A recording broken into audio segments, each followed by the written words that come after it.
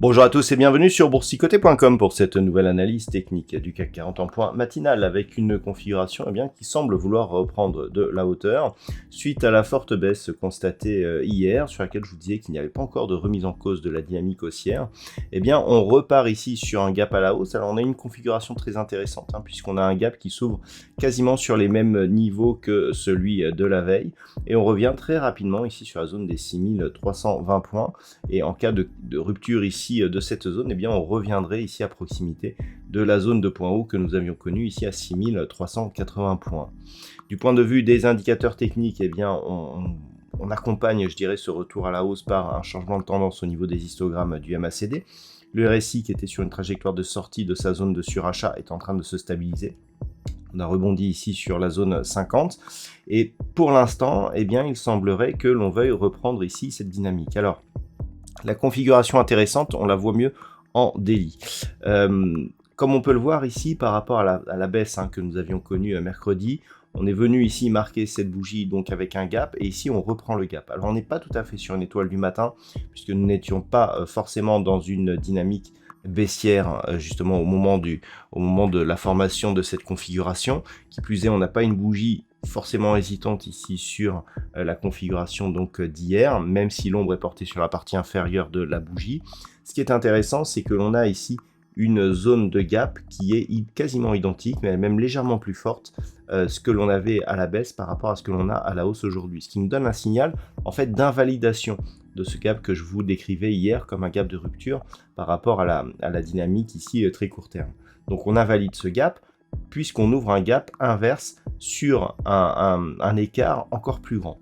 Donc si on revient maintenant sur la vue 4 heures, on pourrait considérer que l'on est quasiment ici un îlot de renversement. Là aussi, d'un point de vue purement technique, on préfère ce genre de configuration sur un plancher d'une tendance baissière plutôt qu'ici sur une phase de consolidation. Mais en tout cas, au niveau ici de la configuration, on a bien une invalidation du gap.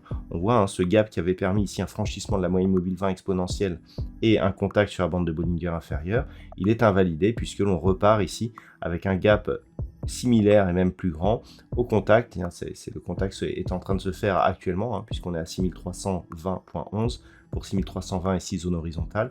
Donc on revient ici sur cette zone. Donc les zones qu'il va falloir surveiller, 6320 ici, l'éventuel retour sur la zone des 6380. À l'inverse, on viendrait marquer, on invaliderait ce signal de reprise haussière si les cours dans la séance venaient rapidement ici combler et marquer un contact ici avec la zone des 6240 points. Alors, les raisons de cette hausse, elles sont diverses. On a un effet de rebond et des perspectives d'ouverture du marché chinois. Donc, au niveau des plus fortes hausses, on retrouve Société Générale qui a diffusé donc des résultats. On a ArcelorMittal, on a le luxe qui est plutôt bien positionné avec Kering donc en troisième position, ST Micro et Dassault Systèmes. Hermès suit juste derrière. Au niveau des plus fortes baisses, on n'en a que 6 des valeurs dans le rouge au moment où j'effectue cette analyse. Thales, AXA, Worldline, Bouygues, Orange et Carrefour. Voilà donc ce que l'on peut dire sur cette configuration technique. D'un point de vue macroéconomique, alors il y aura Trading Live à partir de 13h aujourd'hui. Le NFP sera diffusé à 13h30 pour cause de décalage horaire donc entre les États-Unis et la France, puisque la France est déjà passée à l'heure d'hiver et pas encore les États-Unis. Donc dès le matin déjà, on aura les chiffres du PMI à la construction du côté de la Grande-Bretagne, des chiffres qui seront diffusés à 10h30. Nous aurons une autre intervention de Christine Lagarde, toujours à la même heure. Et donc 13h30, création d'emplois dans le secteur non agricole. Donc les chiffres du NFP, on attend 200 000 créations d'emplois donc pour le mois d'octobre. Le taux de chômage, et nous aurons aussi les chiffres du chômage au Canada et l'indice PMI IV qui sera lui diffusé à 15h. Voilà, ce sera tout pour aujourd'hui. Je vous souhaite donc une bonne séance. Je vous donne donc rendez-vous à 13h pour le Trading Live et dès ce soir pour toutes les autres analyses techniques du site boursicoté.com.